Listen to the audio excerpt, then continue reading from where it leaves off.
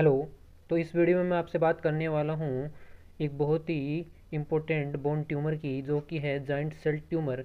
तो आपको सबसे पहले पता होना चाहिए कि जॉइंट सेल ट्यूमर है क्या चीज़। तो ये एक बोन ट्यूमर है, जो कि सबसे एक इम्पोर्टेंट चीज़ यहाँ पर सबसे पहले मैं स्टार्ट आपको करता हूँ एक बहुत ही सिंपल सी चीज़, कि जो सारी ट्यूमर जो होती है वो मेल में ही होती है। मतलब जो भगवान ने दी हैं सारी चीज़ें वो मेल को ही दी है, ट्यूमर बोन ट्यूमर जो भी है। बट एक्सेप्शन एक जॉइंट सेल ट्यूमर, जी से गर्ल, गर्ल से याद रखना कि जॉइंट सेल ट्यूमर जो है वो फीमेल में मोस्ट कॉमन है। उसके बाद एक होता है फाइब्रस डिस्प्लेजिया।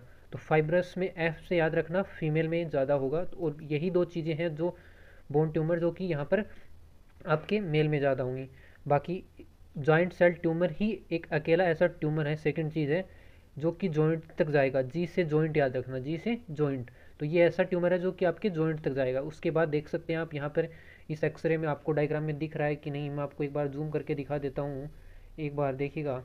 हाँ, तो इसमें देखिएगा आपके यहाँ पर ये जॉइंट तक, यहाँ पर ये आपका आप देख सकते हैं बोन ट्यूमर जो है वो जा रहा है।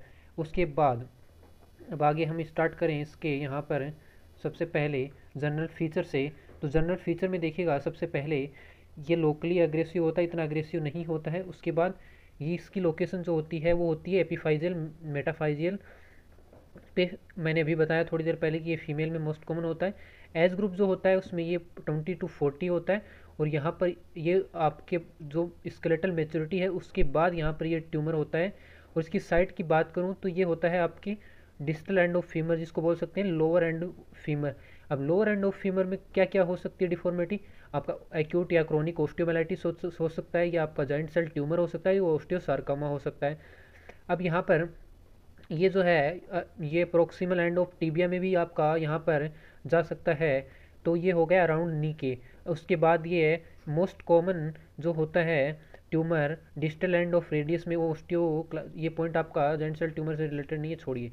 उसके बाद क्लिनिकल फीचर की अगर बात करूँ तो इसमें आपका एक्सरे जो होता है उसमें सोप बबल अपीयरेंस देखने को मिलेगा। सोप बबल अपीयरेंस जो कि मोस्ट कॉमन इसका यहाँ पर एक्सरे की फाइंडिंग है। उसके बाद अगर मैं बात करूं यहाँ पर बायोप्सी की, तो बायोप्सी में आपको इस तरीके से यहाँ पर multi nucleated osteoclast like giant cell दिखेंगी, जो कि यहाँ पर मोनोन्यूक्लियर सेल्स हैं जो कि ट्यूमर सेल्स को रिप्रेजेंट करेंगी। उसके बाद यहाँ पर ट्रीटमेंट की अगर मैं बात करूँ जॉइंट सेल ट्यूमर के, तो ट्रीटमेंट जो होता है इसमें हम करते हैं एक्सटेंडेड क्यूरेट। जो भी यहाँ पर बोन ट्यूमर में यहाँ पर आपका डिफॉर्मिटी बन गई है उसको क्यूरेट से हटा देंगे। और उसके बाद हम करेंगे बोन सीमेंट जो होता है, या आपका उसके बाद हम ऑटोलोगस बोन ग्राफ्ट भी कर सकते हैं। अब यहाँ पर एक निमोनिक होता है ई से जॉइंट सेल ट्यूमर के लिए, जो कि यहाँ पर आप देख सकते हैं इसमें कि आपका ई से निमोनिक क्या बन रहा है, आप देखिएगा। ई से होगा ये एपिफाइजियल लोकेशन पे होगा बोन के। उसके बाद यहाँ पर ये आपके इसमें एक्स सेल क्रैकलिंग देखने को मिलेगी। उसके बाद इसमें एक्सटेंडेड क्यूरेट यहाँ पर यूज़ करेंगे ट्रीटमेंट में। तो यहाँ पर एक्स सेल क्रैकलिंग जो है वो है thin cortex break on palpation. यहाँ पर थिन कोर्टेक्स जो होता है वो ब्रेक डाउन हो जाता है पाल्पेशन पे। तो यहाँ पर इस प्रकार से ये इसमें ई से हो गए हैं सारी निमोनिक की चीज़ें। उसके बाद हम बात करें जॉइंट सेल ट्यूमर के वेरिएंट की, तो जॉइंट सेल के ट्यूमर के वेरिएंट की अगर बात करूं तो सबसे पहले देखिएगा इसके ट्यूमर के वेरिएंट होते हैं दो। तो सिस्ट होते हैं, एक होता है एन्यूरिज्मल सिस्ट होता है, और एक होता है सिंपल बोन सिस्ट। उसके बाद अगर मैं बात करूं यहाँ पर, एक सेकंड, हाँ, अब इसका यहाँ पर फ्रेम में नहीं आ रहा था। तो उसके बाद जॉइंट सेल ट्यूमर जो होता है वो उसके वेरिएंट में tumour rich in giant cell होती है। और इसमें फाइब्रोमा जो है वो नॉन ओसिफाइंग फाइब्रोमा होगा, जो कि मोस्ट कॉमन है। उसके बाद यहाँ पर दो है, एक कॉन्ड्रोब्लास्टोमा और ओस्टियोसार्कोमा। और यहाँ पर एक ट्यूमर है जो कि है ब्राउन ट्यूमर।